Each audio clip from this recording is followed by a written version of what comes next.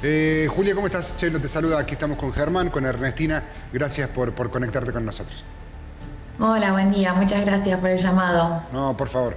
Bueno, ¿cómo fue esta campaña? ¿Qué se puede decir? Bueno, la verdad que estamos llegando ya al cierre de esta campaña. Hoy vamos a estar a la tarde cerrando. También voy a participar ahora a la Sí. mañana de la movilización en repudio a los hechos ocurridos en Jujuy. Y la verdad que, bueno, llegamos a una campaña en la que se silenció mucho el debate de fondo. Estamos en unas elecciones muy atípicas porque la crisis es muy grande, la crisis podría ser histórica, porque bueno, estamos ante un fenómeno de pobreza en crecimiento, la inflación que no nos deja en paz, que crece todos los días y que eso significa nuevas familias pobres, trabajadores bajo convenio que cobramos por debajo de la canasta familiar. Acabamos de hacer un video ayer, la juventud de mi partido hizo un video y estamos virales en TikTok que cuenta que ganamos, las personas entrevistadas en la calle ganan 150, 135, jóvenes, por supuesto, ¿no? Sí, Entonces, claro. bueno, estamos planteando en esta campaña una propuesta que la verdad que hizo mucho ruido, que es llevar el salario a 500.000 pesos y que eso sea el piso por el cual empecemos a discutir y bueno, que signifique retrotraer el poder adquisitivo nada más y nada menos que a 2015, ¿no? Entonces, bueno, ahí armamos el debate, tratamos de justamente meter un debate bien de fondo, bien profundo en estas elecciones que lo han tratado de silenciar vergonzosamente. ¿Cómo han hecho con los recursos para moverse, por ejemplo, por el interior de la provincia para hacer campaña? La verdad que nosotros ponemos de nuestro bolsillo, la provincia no otorga ningún tipo de fondo en pesos para manejar, solamente otorga vouchers para pactar con los medios, así que ahí obtuvimos tarde, de forma tardía, recién en la última semana de campaña pudimos empezar a salir en medios a partir de lo que otorga la provincia. La verdad que fue recontra a pulmón y con muchos de nuestros aportes, que nosotros nos financiamos de ese modo, no recibimos aportes de empresas privadas ni de ningún tipo de financiamiento que pueda coartar nuestra independencia para poder decir justamente lo que necesitamos y que se exprese claramente la voz de las trabajadoras y los trabajadores.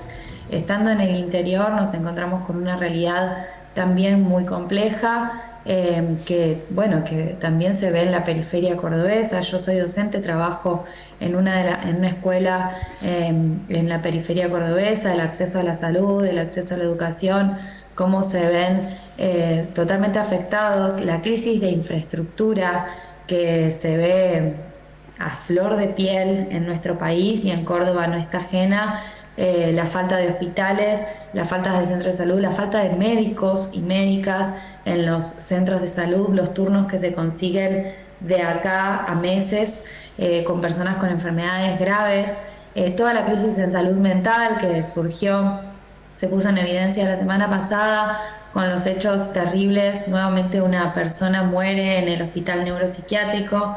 Entonces, bueno, son cuestiones que muestran la crisis de infraestructura, la deuda enorme que tienen con la salud y educación el PJ cordobés, al que Yarlora pretende lavarle la cara, pero que en el fondo el PJ mostró la hilacha y creo que hay que recordar los eventos del año pasado, lo que fue la muerte de bebés en el neonatal, el asesinato de Blas Correa, el crimen vial de Oscar González, todos eventos que se encadenan y que muestran lo que realmente es el PJ. Entonces, bueno, me parece que ahí justamente hay que recordar y también la campaña demagógica de Juez. La verdad que es demagógico, es una vergüenza que esté diciendo que va a resolver la salud y la educación cuando a nivel nacional los halcones y las palomas se están peleando por el timing del ajuste. Entonces me parece que ahí hay que poner el eje del debate. El debate tiene que ser cómo mejoramos las condiciones de vida, cómo salimos de la crisis sin que tengamos que pagar nosotras y nosotros con nuestros bolsillos que ya no dan más. Julia, una consulta con respecto, por ejemplo, a algo que decía en el día de ayer Aurelio García Elorrio, en el cual mencionaba que para que Córdoba consiga financiación y créditos por parte de una entidad francesa, y estaban pidiendo como requisito que se aumentaran exponencialmente la cantidad de abortos aquí en nuestro territorio. Nosotros sabemos que la legalización o la despenalización de la práctica de la interrupción voluntaria del embarazo fue una de las grandes banderas de la izquierda. ¿Cómo podrías responder a esta acusación que hizo Aurelio García Elorrio en el día de ayer aquí en nuestro programa? Es una tergiversación del debate lo que dice García Elorrio. Muchas veces han intentado los grupos pro vida, fachos, antiderechos, están intentando ensuciar el debate como si fuera que la posibilidad de decidir sobre el propio cuerpo estuviera al servicio de intereses internacionales, de control poblacional. Son intentos de tergiversación del debate vergonzosos. Tienen que hablar con la verdad, faltan a la verdad. No hay ese tipo de requisitos en los créditos, y me parece que debería estar más preocupado García Elorrio por justamente el nivel extremo de endeudamiento que tiene nuestra provincia, que es una de las provincias más endeudadas en dólares, por ejemplo, y no meterse con nuestros cuerpos, con nuestras posibilidades de decidir, que en realidad es innegable. Yo trabajo en escuela pública, en escuela secundaria. Hemos avanzado muchísimo en la prevención del embarazo no deseado en la adolescencia. Hemos avanzado también muy a nuestra fuerza, pero estamos haciendo esfuerzos enormes por implementar la educación sexual integral científica y feminista, no la educación para la vida, como le dicen en la iglesia. Me parece que es vergonzoso que traigan ese tipo de argumentos al debate que faltan a la verdad, y por supuesto que estuve ahí peleando por el aborto. Fue incluso uno de los inicios, los primeros pasos en mi militancia, cuando me involucré con las peleas por el derecho al aborto, por el derecho al matrimonio igualitario, que fue algo que también se opuso este sector retrógrado, oscurantista. Y bueno, y también obviamente hoy el lenguaje inclusivo, que es un debate que atraviesa todavía en la escuela secundaria, que seguimos dando en la escuela secundaria y que está vivo, con respecto a la inclusión de identidades diversas. Así que bueno, por supuesto que soy parte de esa generación, de esa nueva generación que cuestiona todos esos argumentos falsos y antiguos.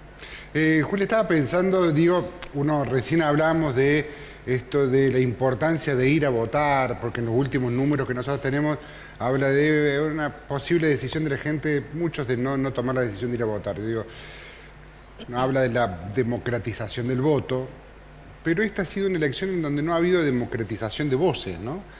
Y hubiese sido interesante plantear una especie de debate público en donde estén todos los candidatos para poder escucharlos absolutamente a todos y que todos tengan la misma posibilidad de ser escuchados, como revalorizando también la palabra. Y vuelvo a decir esto, ¿no? Si estamos en un sistema democrático, democraticemos la palabra o democraticemos las propuestas por lo menos, porque si no termina siempre ganando el que más guita tiene, o el que más aparato tiene, o el que más apoyo de los poderosos tiene. ¿Notás que le faltó a esta campaña eso, digamos, en tratar de, por lo menos en algún momento, en el caso tuyo, hablo de los espacios con menos recursos, ¿no? Esto del espacio tuyo, el de la Lili, el de Aurelio García Elorrio, el de la gente, bueno, todos estos espacios chicos, incluso, mirá lo que te digo, hasta el de la Libertad Avanza, que a lo mejor casi no tiene nada que ver con ustedes, digamos, a nivel pensamiento, pero digo, le faltó esto de poder enfrentarse ante uno de los grandes para poder hablar o para poder confrontar propuestas. ¿Notás que esta campaña no ha tenido eso, no? Sí, esta campaña fuimos silenciados, el conjunto de las voces, me parece eso. Y además Yarlora habló solo, no tuvo casi oposición Y bueno, justamente eso es lo que busca el PJ cordobés, lo que buscó durante la elección, no tener rivales y hacer una campaña al mejor estilo feudal, en el cual no había sistema democrático. Pero bueno, justamente se terminó metiendo un debate a nivel nacional con la represión en Jujuy, con la reforma inconstitucional que acaba de implementar Morales, de la cual Yarlora dice estar de acuerdo. Una reforma que, por más que Juntos por el Cambio está intentando tergiversar el debate. El debate de fondo, quiero decirlo claramente, es que la reforma constitucional en Jujuy cuestiona ataca el derecho a la protesta, que es el derecho fundamental, es el derecho por el cual vos adquirís el resto de tus derechos, cuestiona en los derechos de las comunidades originarias por sobre sus territorios. Entonces, cuestiona el funcionamiento democrático por el funcionamiento legislativo que le da mayoría al espacio ganador. Entonces, me parece que ahí tenemos que poner una fuerte atención. Hay un cuestionamiento de los derechos democráticos, de las libertades democráticas. Y eso es lo que pretenden imponer. ¿Para qué? Para que en Argentina pasen el ajuste, pase la quita de derechos, la reforma laboral, la reforma jubilatoria, que son contrarreformas que van en contra de nuestros derechos. El antecedente más reciente es Francia, también Brasil con Bolsonaro. Entonces, tenemos que prestar especial atención a ese tipo de reformas porque justamente las quieren meter con más represión. Julia. Por eso se habló de las pistolas Taser, por eso se habló del gas pimienta, porque preparan un fortalecimiento del aparato represivo para hacer pasar la quita de derechos. Julia. Por eso es súper importante que haya otras voces, por ejemplo, la nuestra. Sí. Te traigo a Córdoba. Si fueras electa gobernadora el domingo, ¿cuáles serían las 3 primeras medidas que podrías tomar? Bueno, una de las medidas más importantes, nosotros tenemos 7 medidas anticapitalistas para salir de la crisis. Puedo empezar por la más importante, que es llevar el salario a 500.000 pesos. Nosotros planteamos desde Córdoba y también a nivel nacional con mi compañera Manuela Castañeira que tenemos que cuestionar el salario de miseria que estamos cobrando. En 2015 un trabajador ganaba 2 canastas básicas, un salario promedio. Y hoy el salario promedio no llega a la canasta básica. Entonces, me parece que hay que cuestionar esto.